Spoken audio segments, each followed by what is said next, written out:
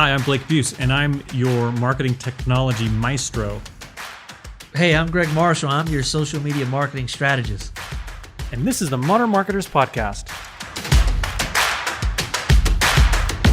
All right, so Greg, I'm going to dive in and just start asking you questions. So you brought up this thing to me that was super, super interesting, and I feel like this is a really important topic. So I'm glad we're covering it. So it's no secret that Facebook specifically has been under a lot of fire for the last few years over like political advertisement or politically charged narratives in their ads, and so one of the things they've done is stripped out some targeting options, made a bunch of adjustments to their algorithm, but it seems like there's an unintended consequence that is impacting certain businesses. Yes. So tell me what you've been finding. Well, certain segments. So, I mean, the main one, I have a lot of African-American clients that target the African-American audience, right? They're selling cultural items and things that are going to resonate more with the African-American than maybe a Caucasian, right?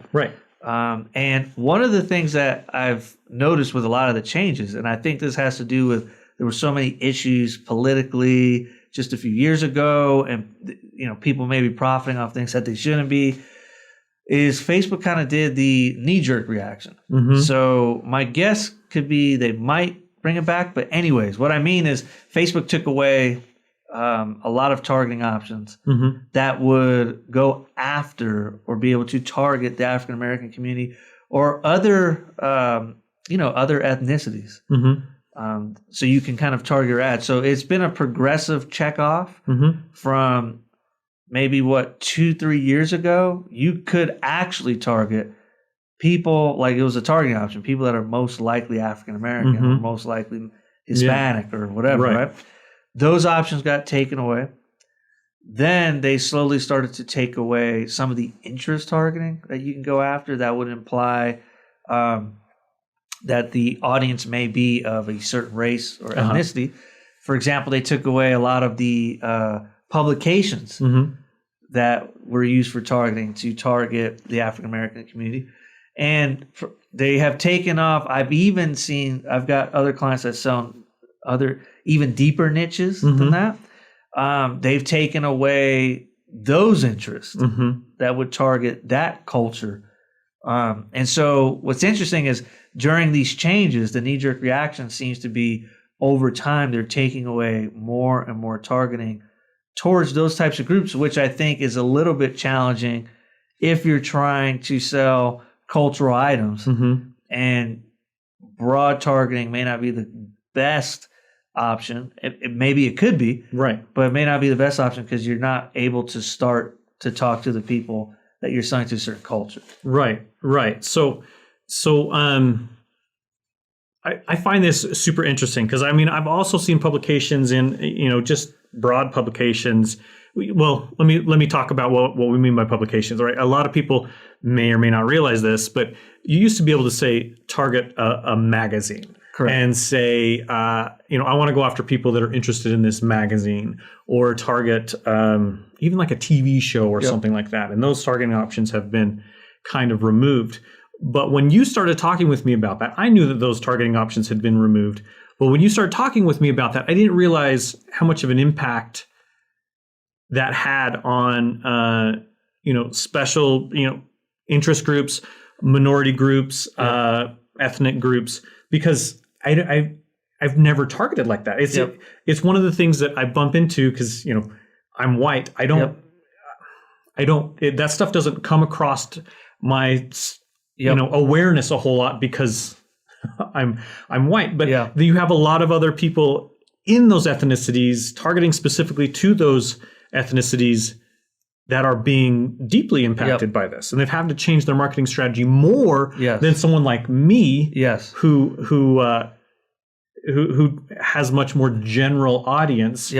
And so you've had to kind of help people through this, deal with this, whatever. Like, tell me a little bit more about that. Yeah. So basically, there's some workarounds around this. It requires you to think deeper into how to still reach that person, because it's not like these people have gone off the internet. Right. It's not like they've been removed from the Right. internet. It's just getting the ad in front of them has become a little bit more challenging. But there are some ways to do it, right? And so if you do a deeper thought, it just requires a lot more research than maybe what you had to do in the past. Like in the past, you could literally like within 5 minutes, you could figure out how to reach this person. Not even 5 minutes, maybe less than that.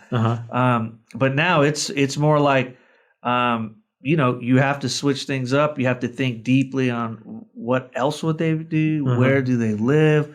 What else are they watching? You know what I mean? And it's almost like you have to become this high-level researcher to reach them. So it is a little bit more challenging, but there are ways around this. And one thing that I've noticed with a lot of my customers that fall into this bracket of selling culturally is a lot of their old ad sets that they have saved and used in the past are being automatically turned off by Facebook to no longer run because it contains some of these interest or targeting options that are no longer available, right? So you kind of can get grandfathered in for a time. Correct. With, you know, if you had an interest-based targeting on one of these targeting options that got removed, you can get grandfathered in for a time, but it looks like they're turning those off at some point in time. Exactly. And then they're okay. Exactly. So when someone has that happen and they're talking about, you know, we need to target a little bit better, we need to find people interested in these products, what can someone specifically do? Yeah, so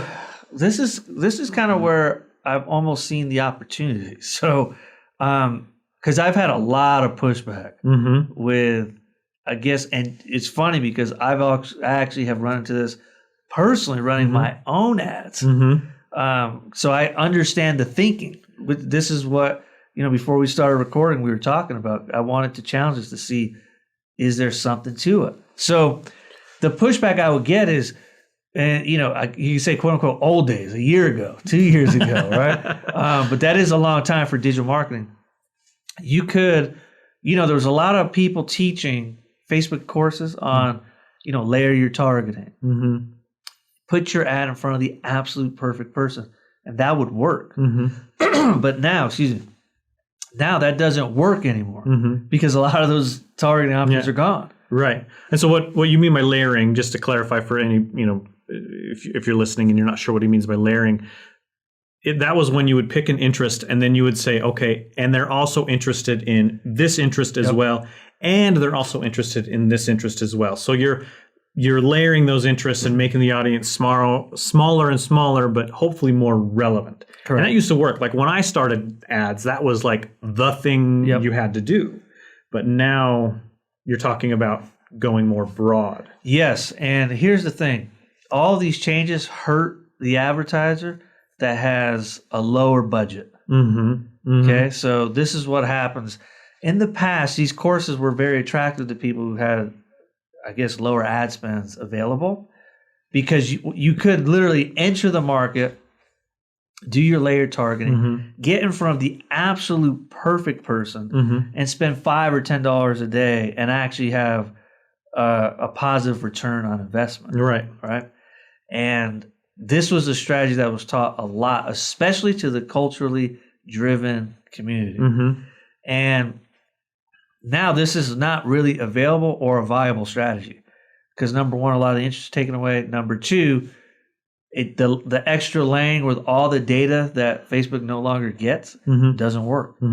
But here's something that's interesting.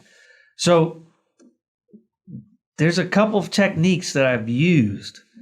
For example, I have a client that sells to sororities, right? And they specifically were selling to African-American sororities. Okay. And they had a specific ad group that they had built that had worked like magic for about 2 years. Okay. And they're like, well, just use that one. And explaining that is no longer available. Yes, it makes logical sense to do that, and I get it, but it's no longer available. So we have to figure out a way to reach these people not using that targeting. Right. And one thing that challenged me a little bit was, one, I used a lookalike audience customer list. Okay. And that actually has worked well because not every ad account's lookalike audiences are working as well as they used to. But then the other targeting that we did was pretty broad. So I went after people who are interested in fraternities and sororities, targeting women. Okay. And that one's working better Mm-hmm. than the old ad set that they used to have. And that's a bigger audience. And it's a much broad. And I got a little pushback initially from doing it, saying, well, that's not targeting the because they were very specific ones. Right. That's not targeting them. And the interesting part is the two ad sets that are ultra, I guess you can say ultra broad, we're giving the algorithm some guidance, are actually working better than the old ad set. Okay. Which brings me to like our conversation we were having before we hit the record button about maybe broad targeting is kind of the new way, and it requires a level of trust on the AI, the algorithm, to actually know who you're going after. Yeah. And I think that's a difficult thing to embrace. Yeah. Essentially. Let me ask you this. What I've been thinking this for a while, and I actually haven't told you about this thought. So I'm going to ask you this question and tell you where I'm going with this. Okay. So this was an ad targeting sororities as best you could using the targeting options, specifically African-American women that participate in sororities, right? Yes. Yep. What was the ad creative and copy? Okay, so like you don't have to tell me specifics, but you might know where you're going with this because I actually was going to ask you this. Okay, yeah, let's talk about it then. Let's talk about it. I believe after, I don't know, probably spending like $5,000 over the last little bit of testing, that the ad creative and copy figures out how to reach the audience you want more so than the interest. Okay. So did you have, intentionally or unintentionally, did you have keywords in the copy that would resonate with African-American women interested in sororities? The picture, and was the ad picture copy, the creative, the link that they go to, the language on the landing page, all of that speaks to that audience, saying this is made for blank. Yeah. Okay, so we're beating around the bush a little bit, but let's be very direct. I believe, and I don't think Facebook has come out and said this, but I believe they're using the keywords in your ads to generate a behind-the-scenes interest group targeting. Yeah. And they're using machine learning, a lot of people call it AI, to look at the image or the video to determine who that is targeted towards. Yes. And they can do that based on cultural or ethnic cues in those things. So people may not realize, but like we can read images now. So if there's a picture of two people on an image, Facebook can determine with a fuzzy level of accuracy the ethnicity of those two people and probably even the gender of those two people. But I think if you combine it, so if you give it enough information through the images plus the words you're using in your ad copy, plus the landing page. The landing page too, I believe that by that combination, the AI can figure out, okay, they're trying to reach this person, and they've given me a guiding point with a relatively broad interest to tell me what they're trying to do. Right. And I think they're pretty accurate. Yeah. I would be very curious. So here's something I would love to see tested somehow. So you tell me if this is something. So if I remember right, there was a particular magazine that you were using to test. And do you remember what the name of that magazine was? For the African-American audience? Yes. Yeah. Essence Magazine. Essence Magazine. Yes. Okay. I would be curious if you put Essence Magazine in your ad copy. Be like something like, I don't know, if you find yourself hanging out at home reading Essence Magazine, like work it into the ad copy in a natural way. I wonder if behind the scenes, Facebook is still doing interest targeting based on those cues. It's just not available for direct selection. Yes. I don't know if that's the case, but I would be very curious. I would guess that they probably are, because the reality is they dumped years and billions of dollars into developing algorithms to target those interests. Yep. And now that they've removed those from selection, I'll bet they didn't dump that data. I'll bet they didn't dump all of that work. I'll bet if you worked those keywords into the language in a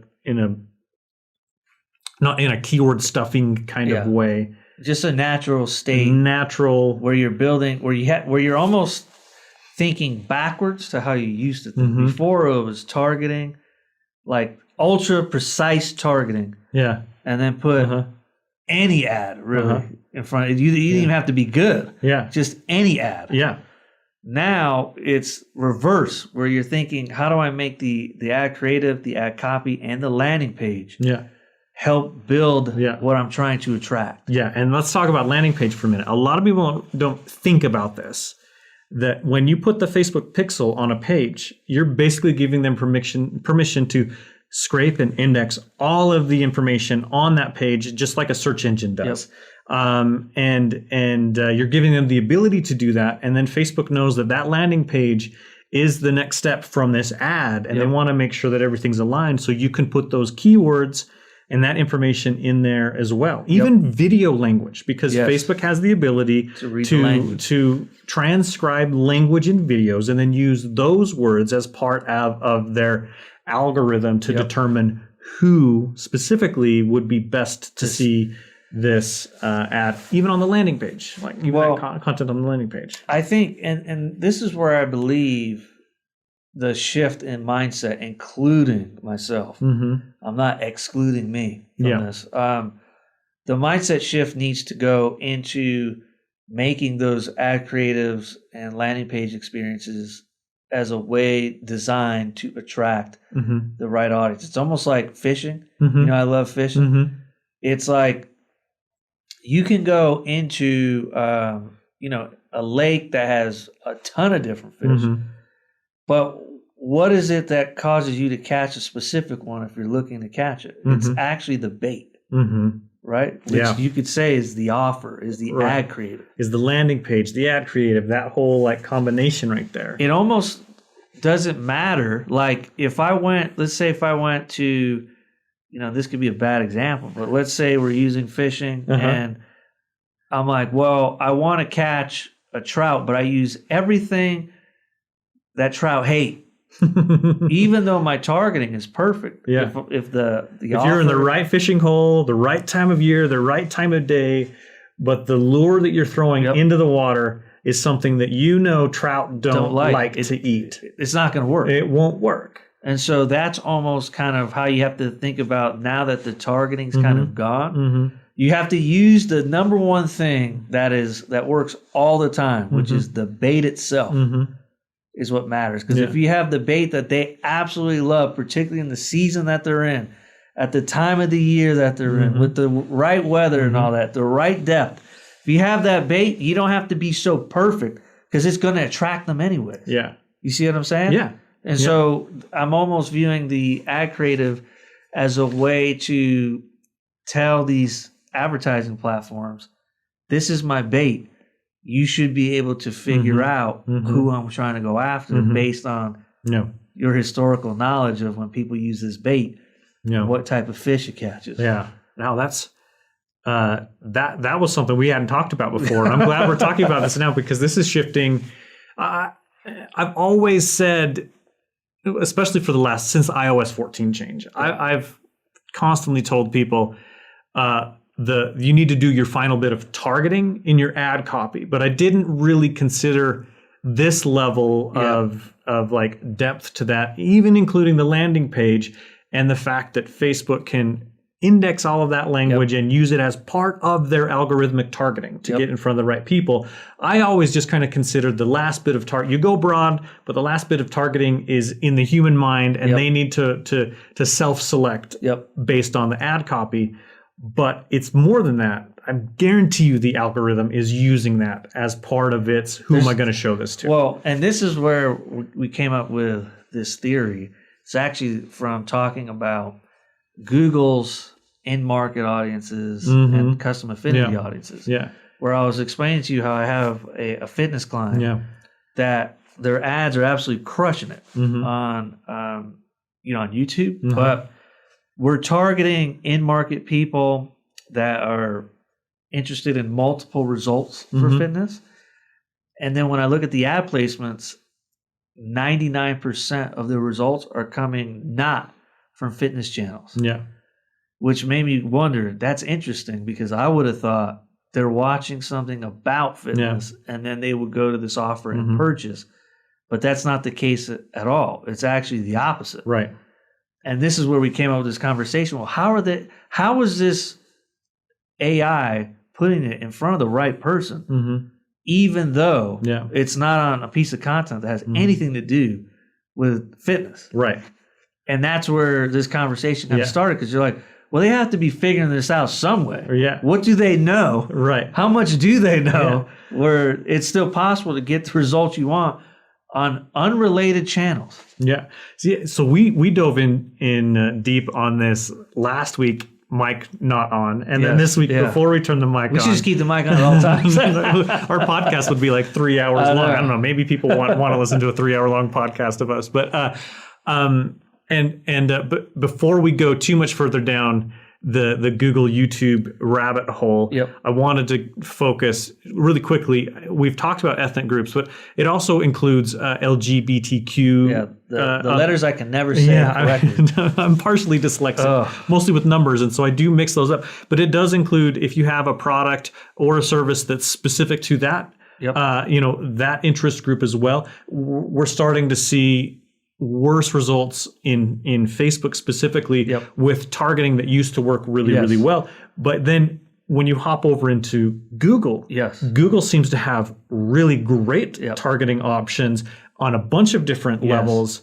for ethnic groups, minority groups, LGBTQ groups, and interest-based things like that. So you've seen a lot of success there. Yes, I have. And we were talking about, circling back to what you were saying, a lot of the conversions are coming from channels completely not related to the subject or the offer at hand. And how do people get there? So I don't think people realize, it's easy to forget just how big Google is.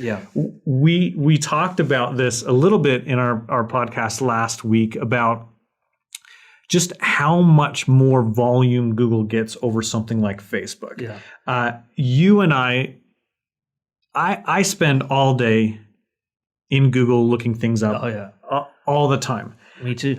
And YouTube. And YouTube, right? And I spend way less time inside of Facebook researching or looking things up. That happens in Google. In fact, I never do. Me neither. Right? Like never, ever. So Google has a much clearer picture just from its search engine and from the pages you're landing on, because basically every page on the internet runs Google Analytics. They have a much better picture about what you're interested in right now. So then when you hop over into YouTube, which is a Google property, the ad targeting can take that history that maybe you were searching for something specific over in Google, and then you hop over into YouTube. Let's just take your fitness example, right? So your fitness example, I'm researching fitness gyms local in my area. I'm using Google Maps to see what's available. I'm maybe even looking for a gym that's friendly to one of these a minority group, like African American people or women or an intersection of those groups, or LGBTQ people. Maybe I'm looking for gym friendly for one of those, and then I hop over into Google and I'm also interested in playing guitar or whatever, right? So I'm looking at a guitar video, but now they're taking that search history, the websites I've been viewing, into account, and I'm doing something different in YouTube, but now I'm seeing relevant results in YouTube, even though I'm not on a channel relevant to what the offer is. Yeah, and that's what's interesting, is because that's what triggered this whole more in-depth thinking about the ad creative, ad copy, what you're saying, what your landing page says. Because another thing I always forget is these platforms have pixels on my website. So they're able to read everything. Right? So they already know what my website's about and what I'm trying to accomplish. Right? And so when you take that into account to your ad copy, these pixels also know what your landing pages say. It's almost like you should be guiding it that way and worrying less about the targeting that you're telling them to go after, because they're smarter than us. Like the machine is smarter than me. Yeah. Well, they have a lot of data points, right? And I think from a high level, we maybe need to nudge the ad campaign in a direction. Yeah. Right? Because Google's notorious for this. Yep. There have been times I've launched an ad and it's blown all of my budget on the completely wrong group. So it's almost like we need to nudge them a little bit and give them some high level indicators on what this particular offer is for, so the algorithm doesn't just completely miss the mark trying to figure it out. Yep. But from there, maybe keep it high level. Well, just thinking more, being okay with a more broad audience, right? So you just give it like an indicator, similar to the sorority example, right? Where it's like it's pretty general, right? Fraternities and sororities. That's like. And is it a product that's relevant nationwide? Yes. Okay, so it's not like relevant to a specific geographic location. Exactly. So you can go really broad then. You can go broad. And if you think about it, it's almost like I'm trying to challenge myself as well to think, well, be okay with going broad. Almost like look for broad. Right. Because you'll get more volume in this sense of like there's more people that may be in market for what you're wanting to do that you might not be thinking about. Yeah. Well, even let's take the sorority example, for instance, right? The temptation might be to say, okay, I only want to target women from, 18 to 26, whatever, right? Yep. But many parents help their children get into college, help their children maybe get involved with a sorority or a fraternity or whatever. So targeting to just that age range might eliminate an entire audience segment that helps get people lined up with the right kinds of things. You just reminded me of another point of another client that I have that sells product to, you would think only women would buy it. But then when I look into the Google analytics, the Google ads and the conversions, there's about a 30 to 40% purchase behavior from men. So if you excluded men, you would basically drop your revenue by 30 to 40%, which is a massive drop. And to be 100% like open, there was no chance that I thought in any way, shape, or form that a man would buy this product. Literally zero chance. Do you think they're buying it as like a gift for someone, or do you think now that I look at it, it makes total sense why they would buy it. But I was not thinking that way. So it's a hair product for mixed children. Okay. Well, of course a man would buy it. If he has, like for me, I have a son. He's mixed. If I saw this product, I go, oh, my wife would probably love this. And I would buy it. Yeah.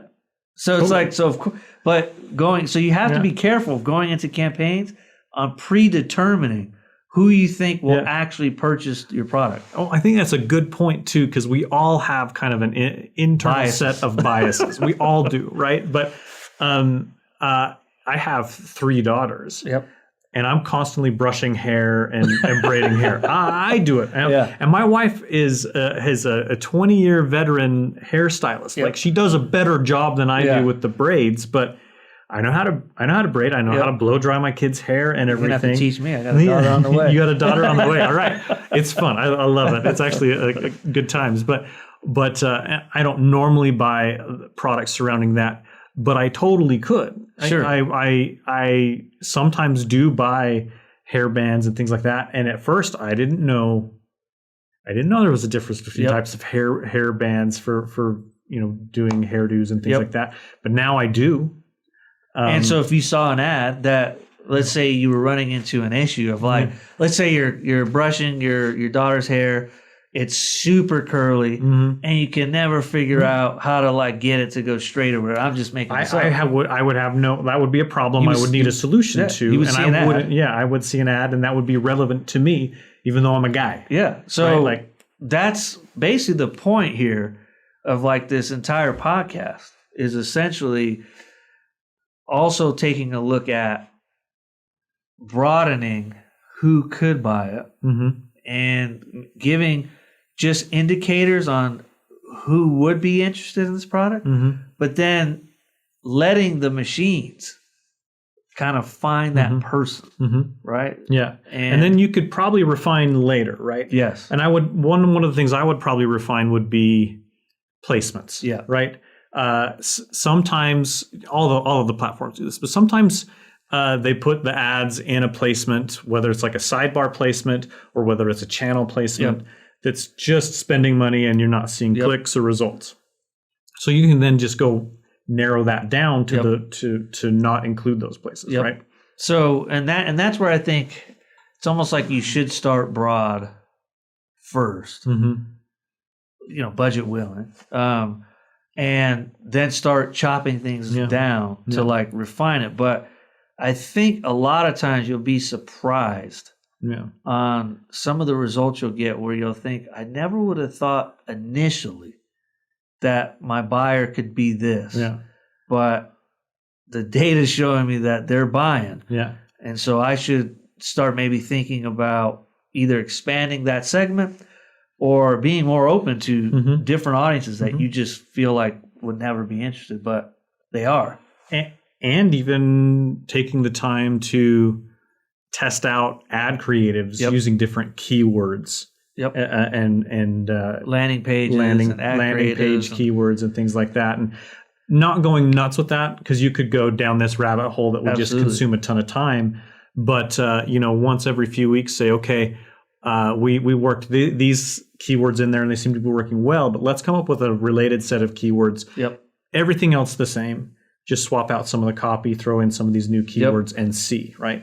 And then you said budget willing, right? I think it's easy to think I may not have the budget to go broad or whatever, but some of these campaigns you're working on, some of them are $5, $10, $15, $20 a day to start, and then if they're working, it's easy to say, okay, well, these ads are working, then I can definitely put some more money into it because they're making me money back. But you don't necessarily have to have a massive budget to go broad either, right? Yeah, in fact, you almost can make the argument that it could be cheaper, especially for testing, because the more expensive placements are the ones where you try to get too granular. So when you're like, target a 27-year-old female who went to college, who makes $100,000 a year, who owns a house, who lives in this city, it's like you might get like 3 clicks. Yeah. And spend $100 to reach that person. Yeah, your CPMs, which is how all of that platforms charge, are going to be really expensive. And that might not even be the best buyer, for your product. You're just assuming. You might. So you're making some assumptions. And that's one of the things that you always have to challenge yourself as you're doing marketing and trying to get in front of the right customer and because at the end of the day, it's you want whoever.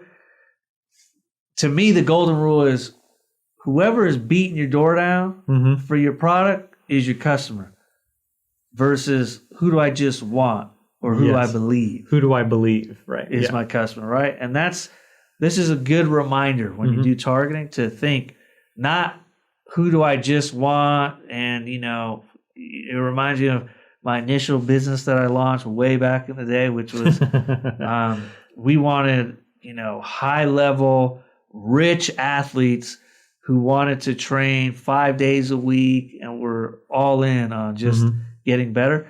And it's like, unfortunately, although that's best for us because it's more fun, more profitable, XYZ, the market for that is exceptionally small. And so it's tough to build a business off of that. Yeah. But the people who were absolutely beating our doors down was the woman who had 2 kids, who was overweight and had no way to actually, didn't know how to lose the weight and get in shape. Those people were literally beating our doors down. Right. And so eventually we caved in and said, you know what? These people just are dumping money out of their cars to say, please take us as a customer. Yeah. Why don't we just focus on that? Just lean into that. Yeah. And so it's a good lesson to remember. You can do the same with targeting, which is I want only people like this versus there's a whole segment out there that might just beat your door down to say, please help me. Yeah, absolutely. All right. Well, this is one of our longer episodes. Let's wrap it up. But I think this is one of the more important ones we've talked Yes. about, because I think we've identified an issue that maybe has flown under the radar with the removing of targeting options and how it's probably impacting minority businesses or businesses that cater to minority audiences. It's impacting them negatively more so than other businesses. Yes. But I feel like we've identified through testing and through some other things, some things to try, which, work on that ad copy, try YouTube. If you're not in YouTube right now, just try YouTube. It's maybe feels a little intimidating, but give it a shot, because it's not as intimidating as it seems. And there's a lot more room for growth. If you're, especially if you're a service-based business, you 100% should be at least trying YouTube. But at the worst, expecting YouTube to provide you great results. But and you don't even just on YouTube really quick before we talk about the next things, your video does not have to be crazy, flashy, whatever. Nope. It doesn't I can't tell you how many Liberty Mutual ads I've seen recently. I'm not in the market for insurance, but they have these flashy, catchy, clever ads, which you might think you need to do. But some of the best performing ads you've seen and I've seen are very simple. Literally someone maybe holding a camera with decent lighting and it's quiet, so the audio is not distracting, and just talking about what the offer is.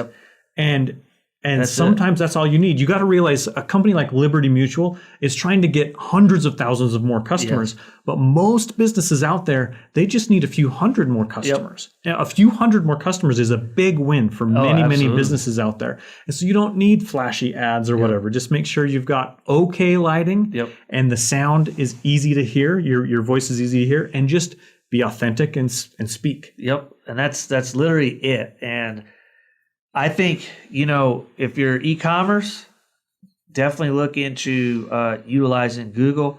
I've moved over a couple of clients that are doing Google solely that are seeing tremendous results. And these are minority. Yes. They're focusing on a minority target audience, right? Yeah. Well, some. I do have other ones. You have others that are, but some of them are, and that's a good place to be. Yes. I think it's ultra underutilized. It's an area that can get you great returns. So if you're not doing some Google, they got Performance Max coming out. Well, it is technically out, but it's going to get better and better. Wait, Performance Max? I haven't heard about that. Performance Max is on Google, and what it is it takes all the different ad placements. So YouTube, Discover, Display, Gmail, anywhere you can shopping, anywhere you could be.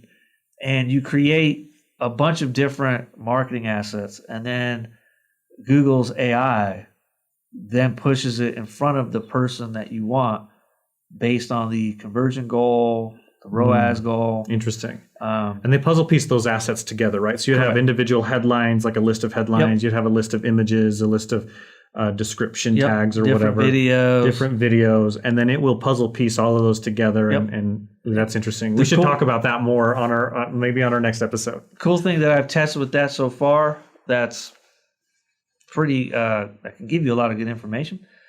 They actually tell you what combination of picture, headline, ad copy is getting you the best result.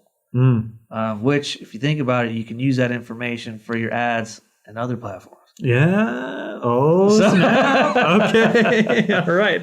Well, that's I think that'll be our next topic. I would love to dive into that more. We can go for 5 hours with all this stuff. Oh, my gosh. Yeah, absolutely. So, Greg, how can people get in touch with you? Go to gregmarshall.co and you can book a free strategy session. And what about you? BlakeBeast.com. And there's the Social Media Moneymakers SM3 group. That's the main way to get some of my time. And we'll see you guys there.